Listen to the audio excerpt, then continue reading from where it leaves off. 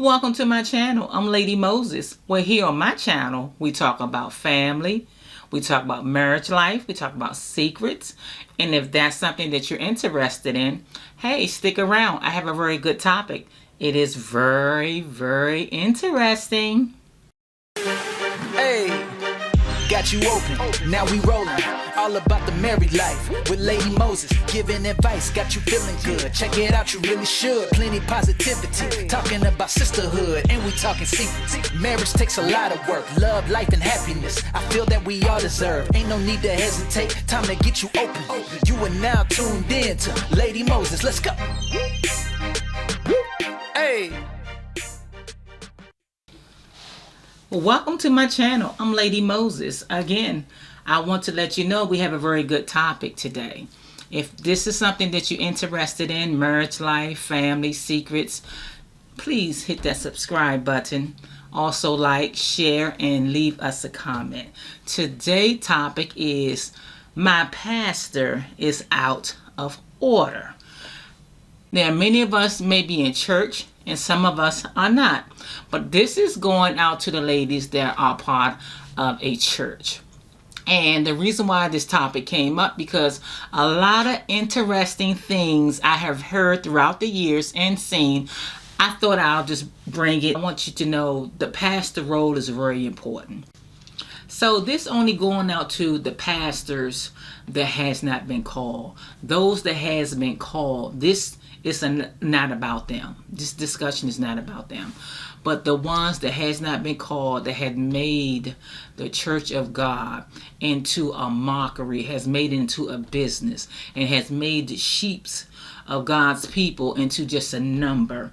This is about them. A lot of times, a lot of pastors that has not been called has really did harm to the sheeps of God's people. They had genocide, many of them. They had murdered spiritually a lot of marriages. A lot of times, a lot of pastors that has not been called, he sees this beautiful woman with her husband, and a lot of them want to infiltrate that. Just going to keep it real. The women, see, this is what I want you to know, women. And if you go to a church and you feel like your pastor is interfering with your marriage, know that your home comes first. Your husband comes first. If you're cooking dinner and your pastor call you to tell you to come to the church, Sister Mary, we need you at church for A, B, C, and D. Excuse me, pastor, I'm here with my husband and my family. We about to eat. There is an order that you must put in place. Because for one, that pastor should not be calling your house, giving you order, and disregarding your husband. A lot of men do not like to go to church for the simple fact they recognize game. That's straight up. A lot of times, a lot of husbands will say, look, I don't want to be a part of this church. I'm not feeling the spirit of this pastor. And a lot of women go back to back with their husbands like, he's a good pastor. What you talking about? You know, I like the way he preach. He's a powerful man of God. You got to respect your husband. And see, a lot of pastors had, I hate to say it, has destroyed the holy matrimony of man and woman. The enemy has came in and infiltrated because he got into the woman's ear like Satan did at the garden. See, we women love to worship. We love to be a servant. We love to do whatever we can.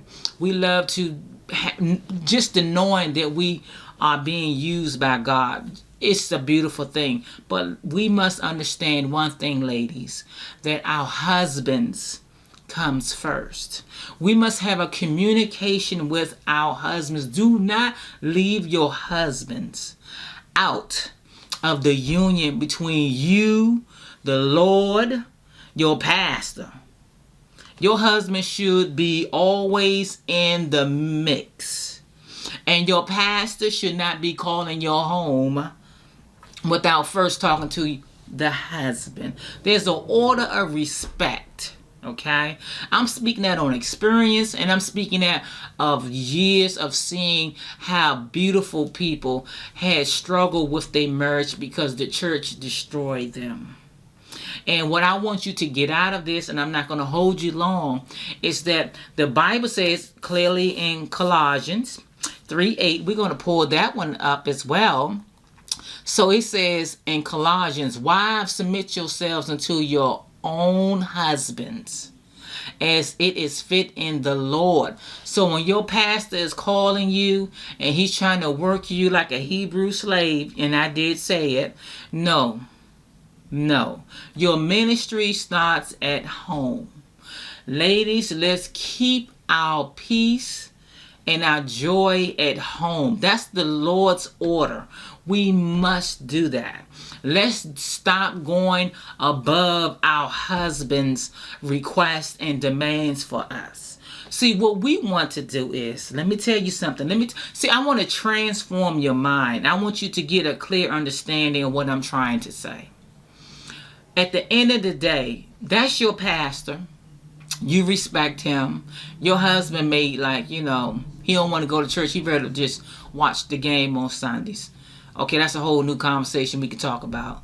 But there's something that your husband got to have a drive in to go to a church to feel like, okay, I'm connected to this person.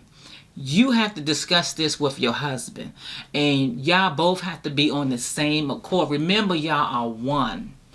Y'all must be one body. Y'all must be equally yoked.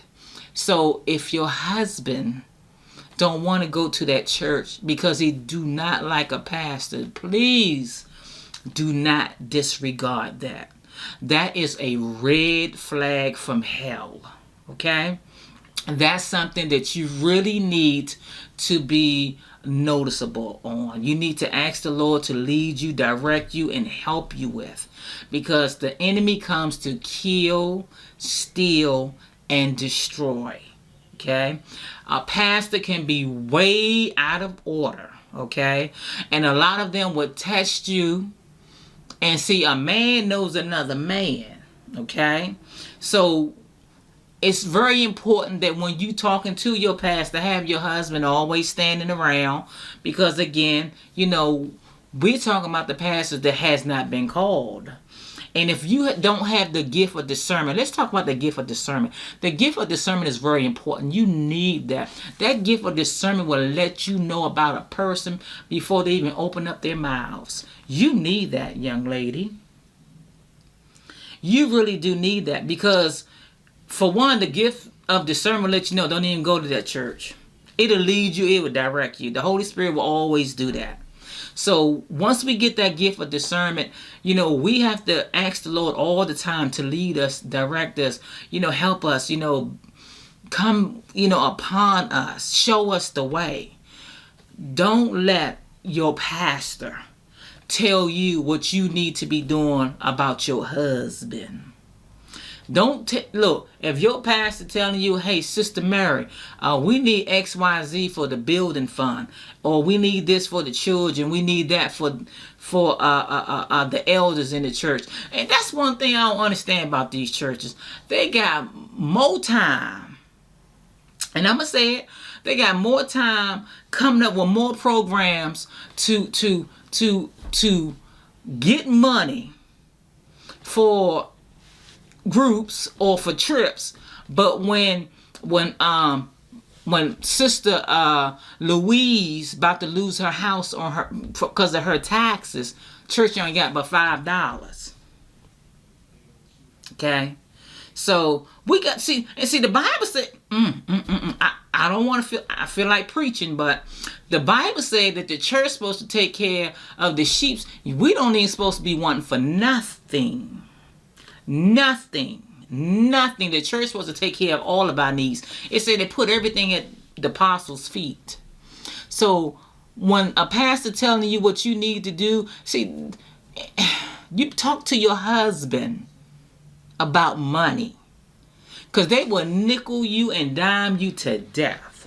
And soon you lose your job and you need groceries and the baby needs shoes. They will look at you and they say, well, we got to set up an appointment for you to talk to the pastor and we can see what we can do for you. It's not no emergency situation. They look at your tithes and your offerings and see how much you paid throughout the year and say, oh, well, you know what? We're going to take care of all your bills for a year until everything, get back on track. Not no pastor that has not been called.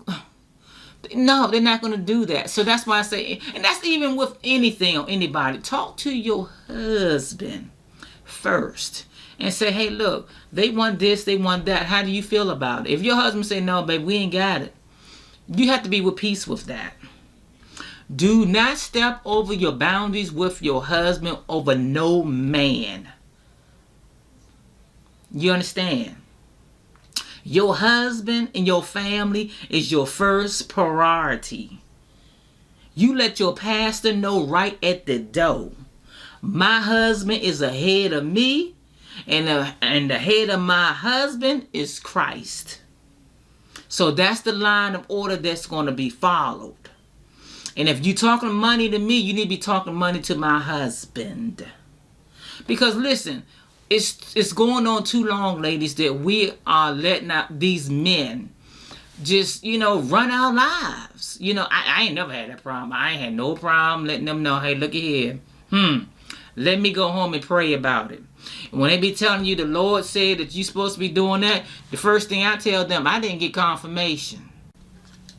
Ladies, I just want to let you know, when you and your husband can get up and serve the Lord together, that is the most beautiful thing in the world.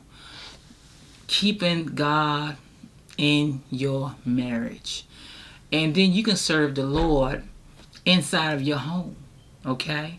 But just to have him in that unity with you all, it's beautiful. The day that a pastor challenged your marriage, that's the day that you let your husband handle that situation. Okay? But we stand by our husbands. Our husbands come first. Let you know, just to keep it real, we don't know what is on a man's mind or heart. Only the Lord knows. You let your husband deal with that man. You stay in line. You stay in order. But also know, you keep your husband's back 100%. And you let anyone knows your marriage will not be infiltrated. And those of you thinking about getting married or have fiancés, you better learn. I've been married over 25 years. Trust and believe me, there's no one going to come before my husband. And we must know that marriage is a beautiful thing in spite what the world says. It's good to know you can wake up by somebody, and in spite of me, he still has my back. I'm going to tell you something. You better be happy that you got one. You build your marriage, you pray. You and your husband keep a prayer for a lifestyle at all times. God bless.